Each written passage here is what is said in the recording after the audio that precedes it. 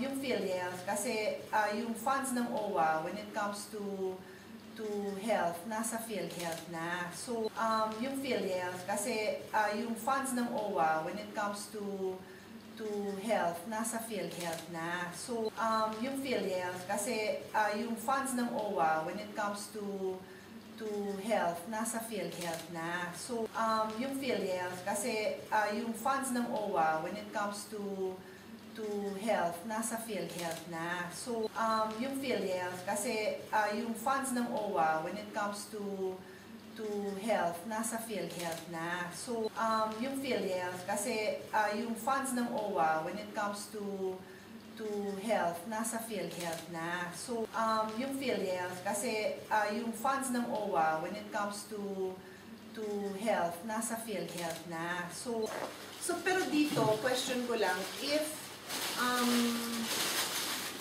you are not documented, covered pa rin? Ayan, may problema. Hindi rin, no? Covered din po. Covered din po. Ginagamot po yun. Kasi dito sa Italia, hindi ho pinag-uusapan kung kayo ay documented o hindi. Pag pinag-uusapan mo, ay health. Ay, health. Marami silang tinatawag dito na STP o Caritas. Temporary Presente. Foreigner, temporary meron silang program dyan na Gagamutin. kung gagamutin mo kayo, libre ang hospital, libre ang doktor, libre ang gamot, kahit wala kayong document.